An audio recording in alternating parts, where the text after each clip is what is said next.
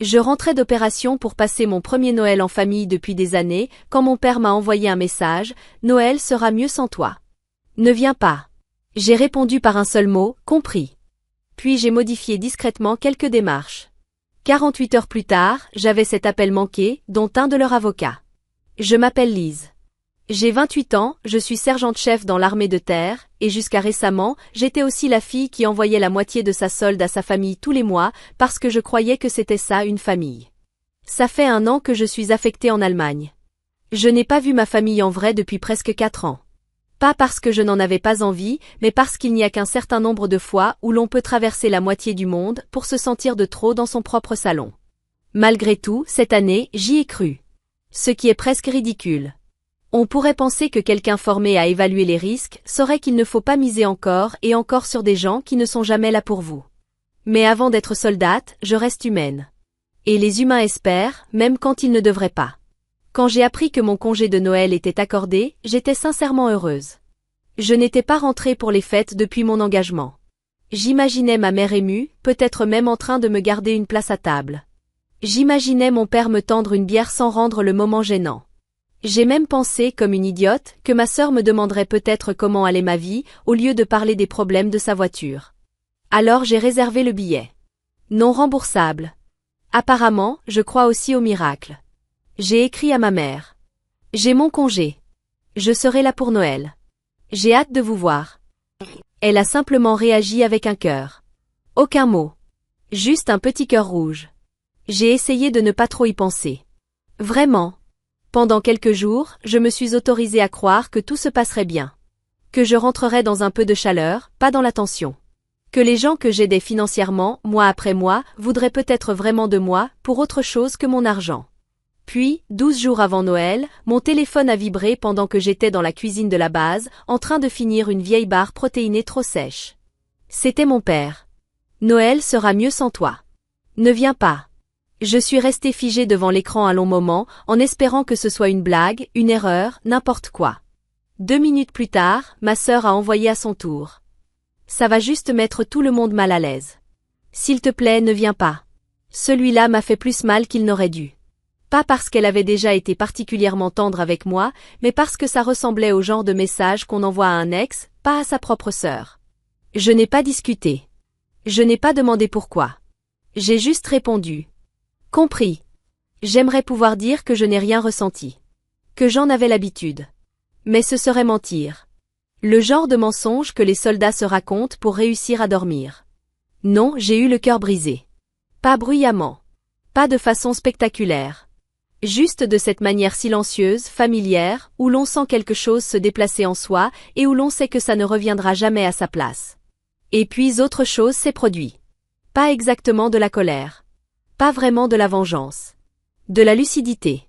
Cette nuit-là, je me suis reconnectée à tous les comptes où mon nom figurait encore.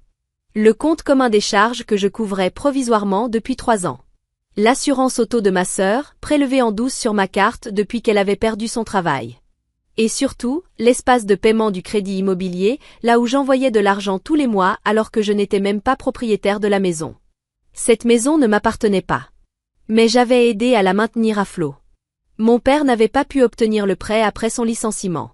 C'était mon dossier et mes revenus qui avaient rendu l'accord possible. Depuis, j'étais la béquille invisible que personne ne remerciait jamais. Alors j'ai fait quelques changements. Discrets. D'abord, j'ai coupé tous les virements automatiques. Ensuite, j'ai envoyé un courriel officiel à l'organisme du prêt immobilier pour signaler que je ne participerais plus financièrement et que toute communication devait désormais passer par l'emprunteur principal indiqué au dossier, mon père. Vous êtes certaine ? M'a demandé la conseillère au téléphone. Cela peut entraîner une obligation de renégociation ou une interruption de paiement. J'ai hoché la tête, même si elle ne pouvait pas me voir. Oui. J'en suis certaine. Puis j'ai fait quelque chose que je ne m'explique pas totalement. J'ai quand même pris l'avion pour rentrer. Oui, je sais.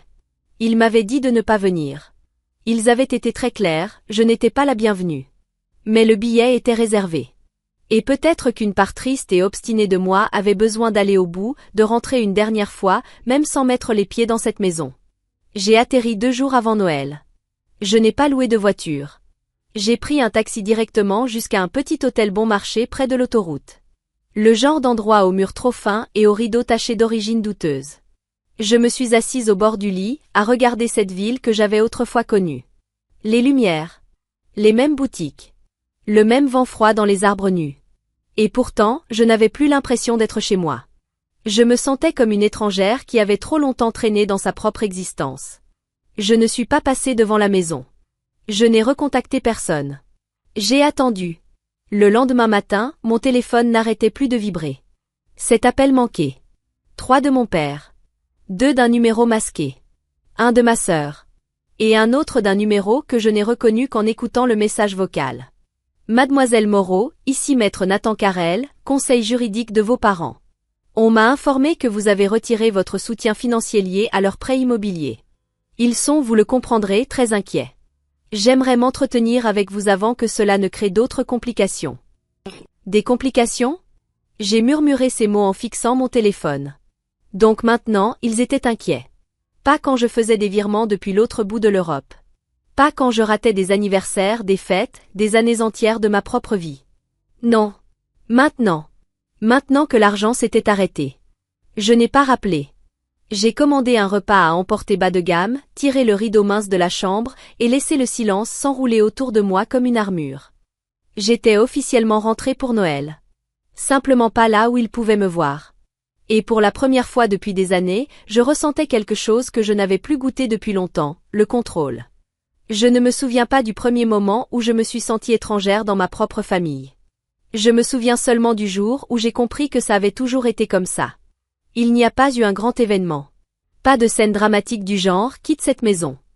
Juste une accumulation lente de petits moments où l'on me rappelait, poliment, passivement ou avec un sourire en coin, que j'étais utile, mais pas essentielle. Présente, mais jamais au centre. J'avais 8 ans quand ma sœur Hélène est née. Elle est arrivée au monde toute rouge, en pleurs, et mes parents l'ont accueillie comme si elle descendait directement du ciel sur un nuage personnel. Mon père l'appelait le bébé miracle. Ce qui m'a longtemps fait me demander ce que ça faisait de moi. Sans doute le premier essai. Pour être honnête, j'étais une enfant tranquille. Pas sombre, pas étrange. Juste facile à vivre. Je lisais beaucoup, j'alignais mes petits soldats en plastique, j'avais des notes correctes. Personne ne s'inquiétait pour moi. Et dans ma famille, ne pas avoir besoin d'aide signifiait ne pas recevoir d'attention. À l'époque, mon père était chef d'équipe dans une aciérie. Grande personnalité, rire tonitruant, opinion tranchée. C'était le genre d'homme convaincu que l'émotion était une faiblesse, sauf quand elle sortait sous forme de poings serrés ou de voix qui tonnent. Si je pleurais, il me disait d'arrêter. Si je me taisais, il disait que je faisais du cinéma. Si je me mettais en colère, il me disait d'arrêter de faire la fille.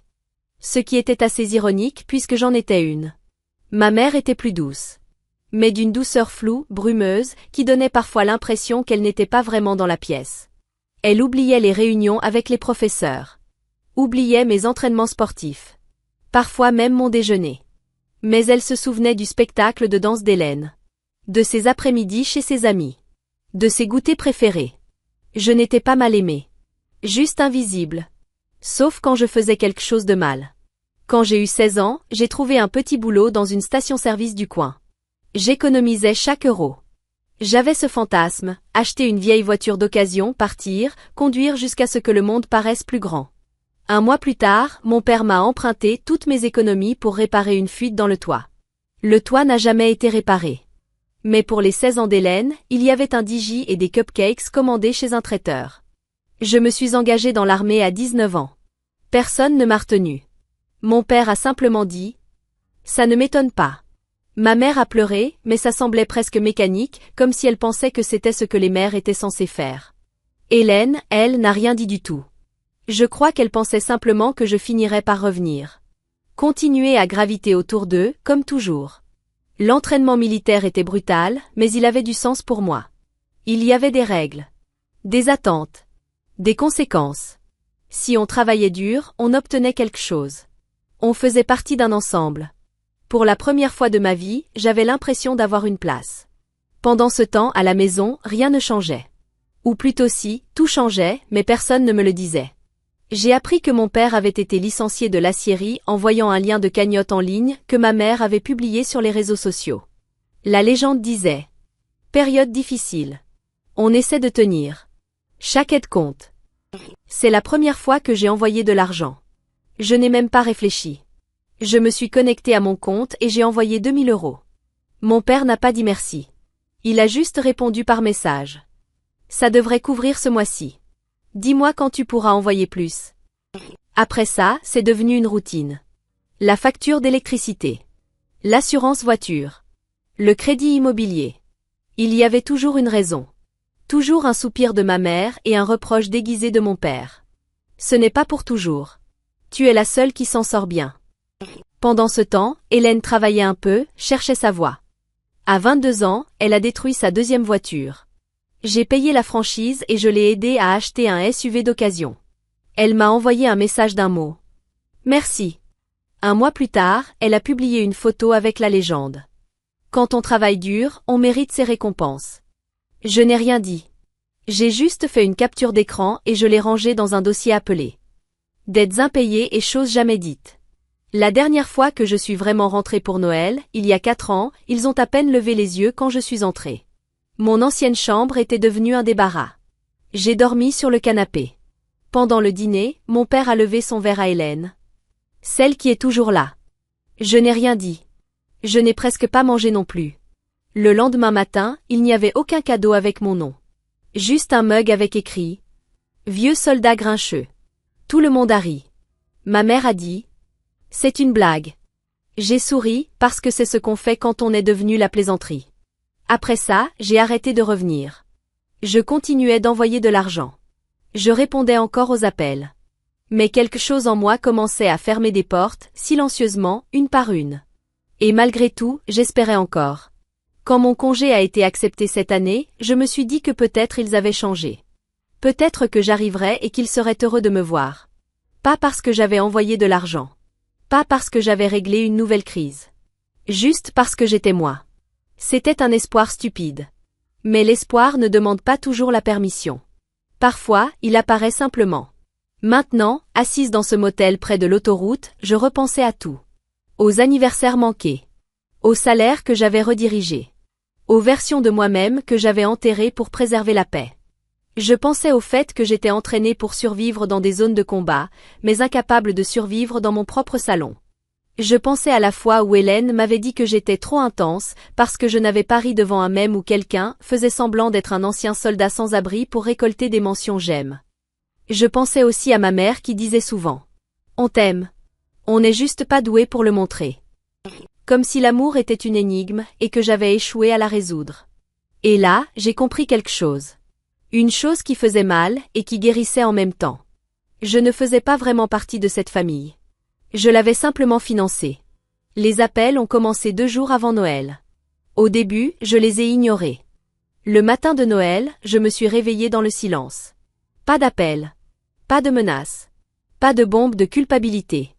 Juste le ronronnement du petit réfrigérateur du motel et une lumière clignotante sur mon téléphone. Un message vocal non lu, d'un numéro inconnu. J'ai appuyé sur lecture.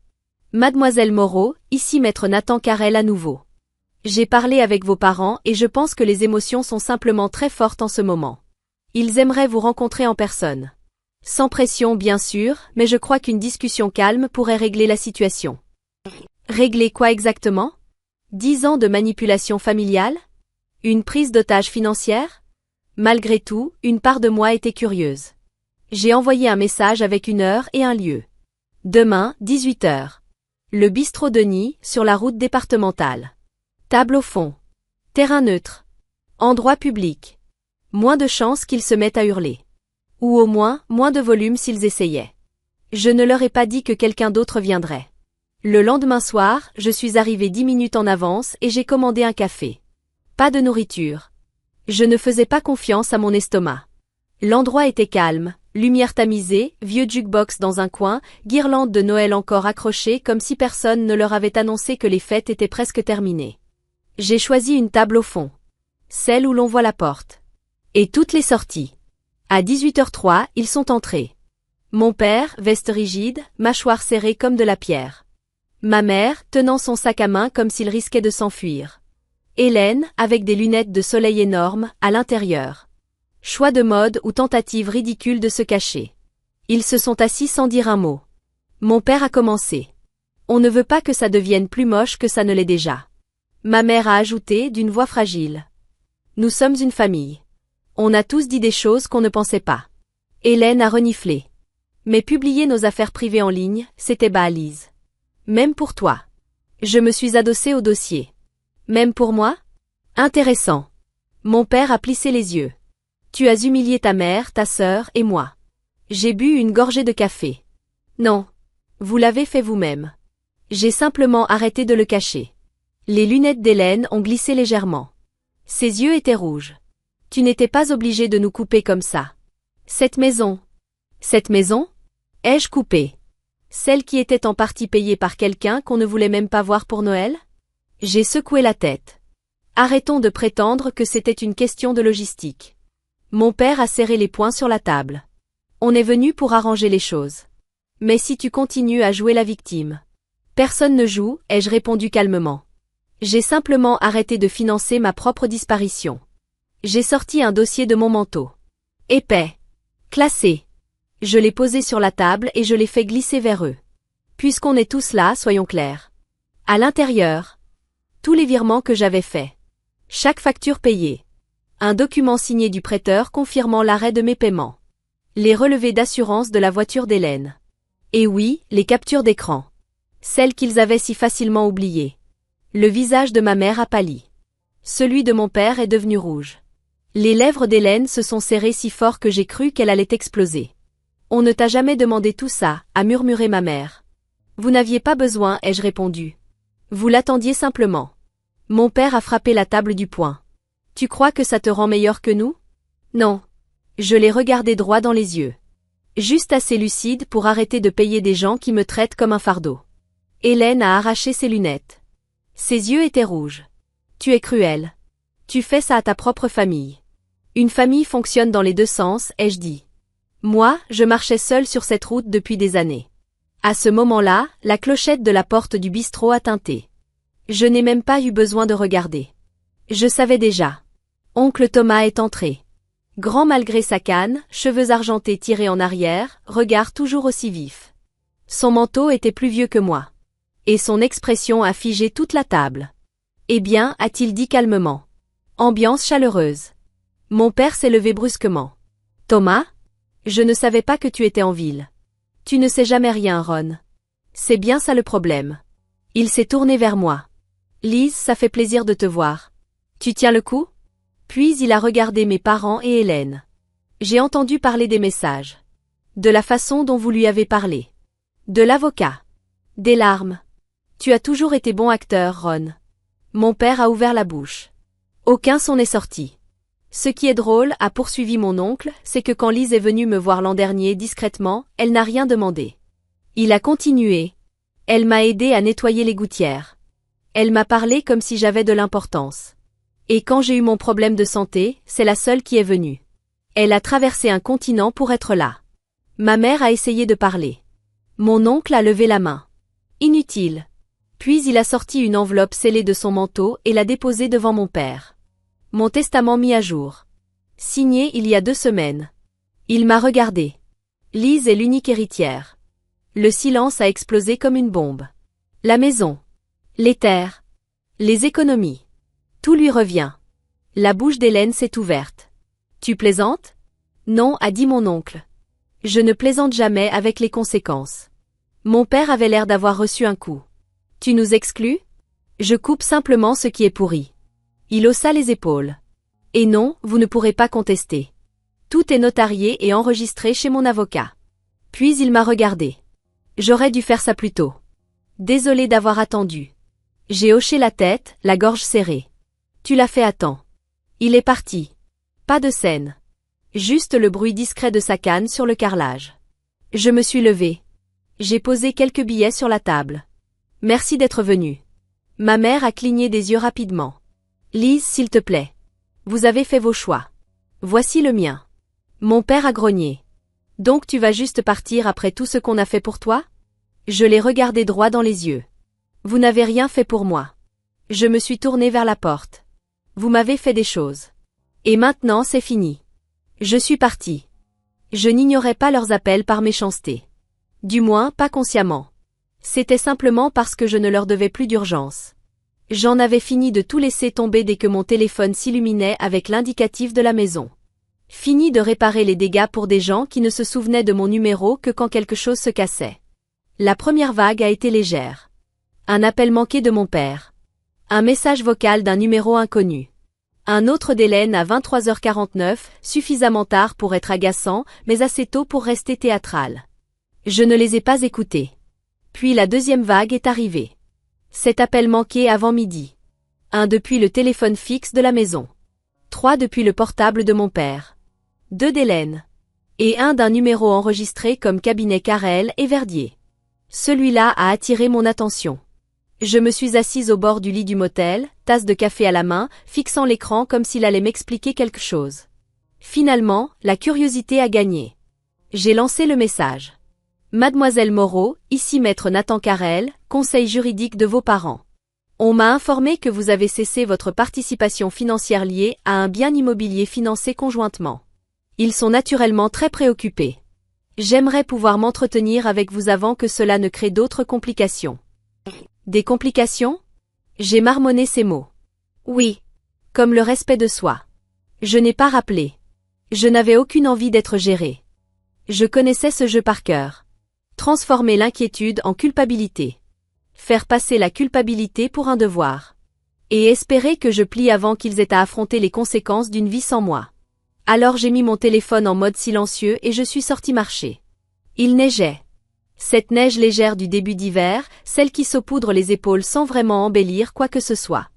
Les rues étaient exactement comme dans mes souvenirs, un peu ternes, un peu grises. Ma ville n'avait pas beaucoup changé. Mais moi si. Je suis passée devant la boulangerie où j'achetais des beignets bon marché le samedi matin. L'enseigne était plus pâle maintenant. Un jour, Hélène s'était fait surprendre en train d'y voler quelque chose. C'est moi qui avais traversé la ville à vélo pour aller la chercher avant que mon père ne la prenne. Elle m'avait remercié en ne m'adressant pas la parole pendant une semaine. Elle disait que j'avais ruiné son ambiance. J'ai laissé échapper un petit rire. Un rire triste.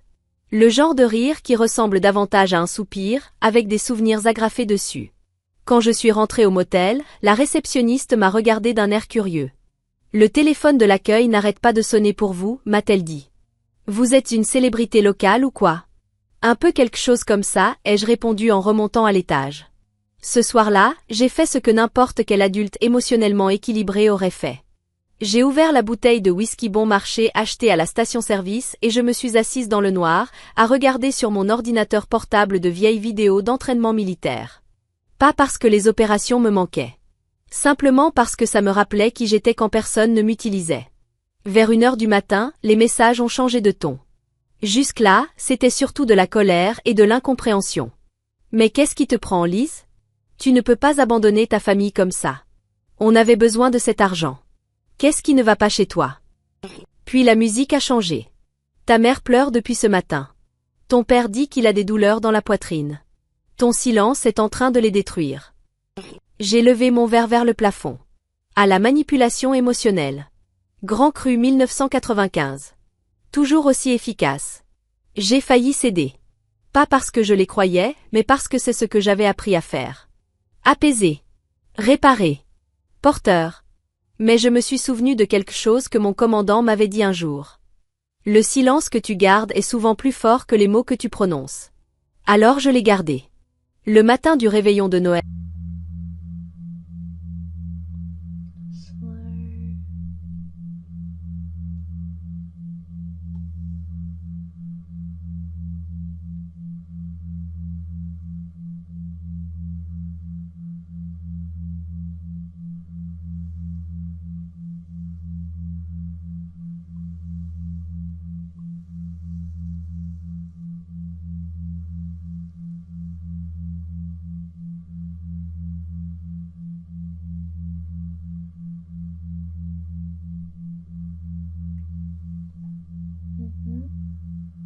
Like that.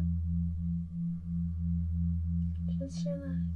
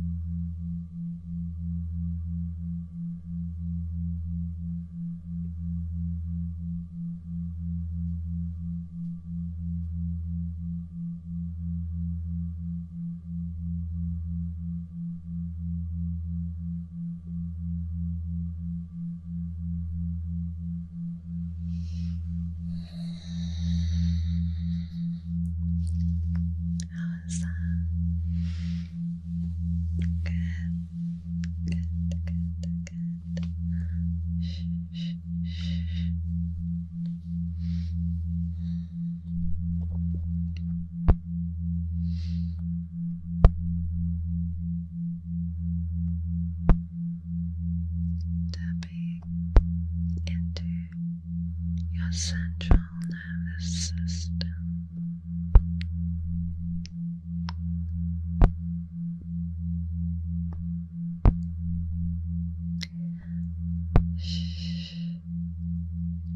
I'm practically forcing relaxation upon you.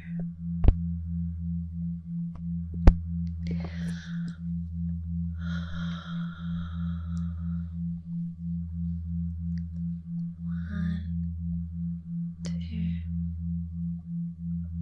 three.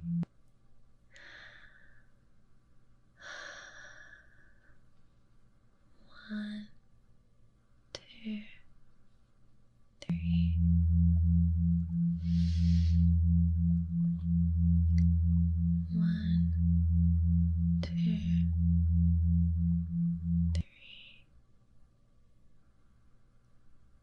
One, two, three.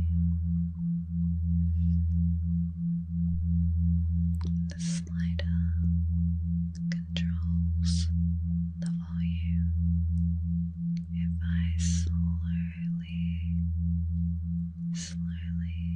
faded it out like that.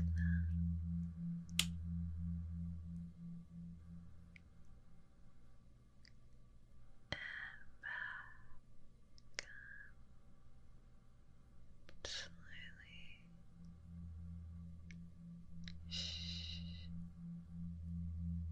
Like that. Like that.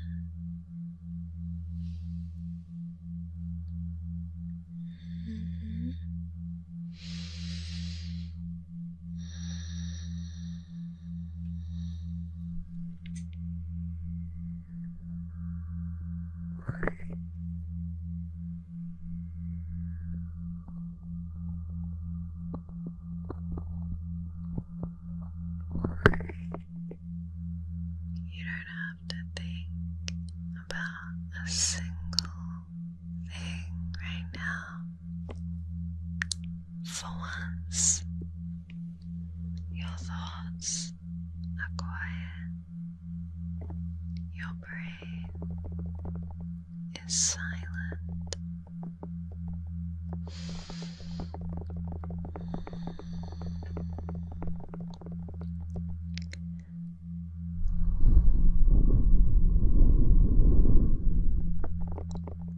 Your brain has been hijacked, taken over, and melted right down.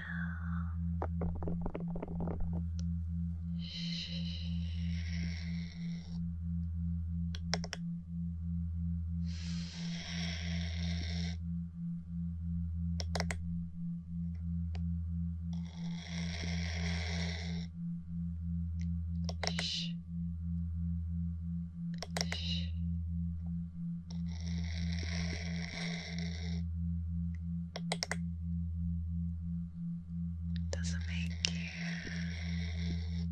want to close your eyes? Do you feel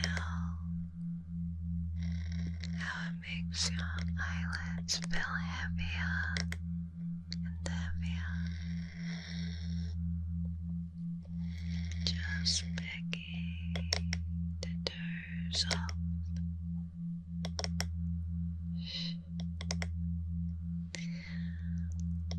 You can probably see it on my face even, because I'm hearing exactly what you're hearing. I try to resist the brain melting, but I just can't. It's too powerful.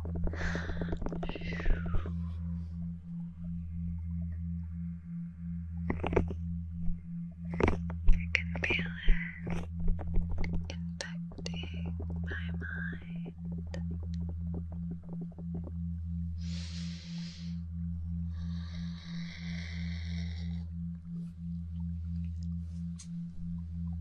Putting me into that trance-like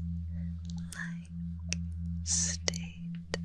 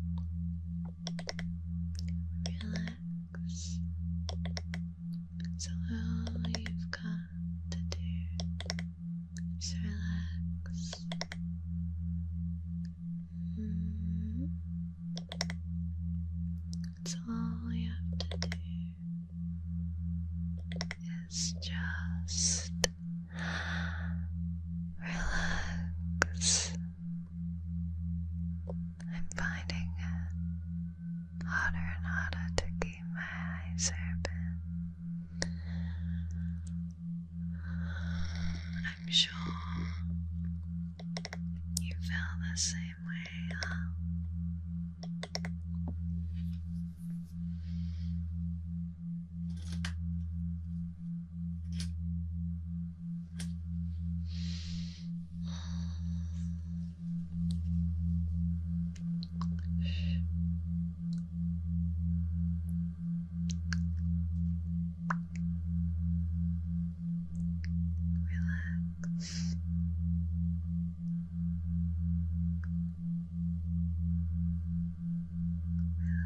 Relax.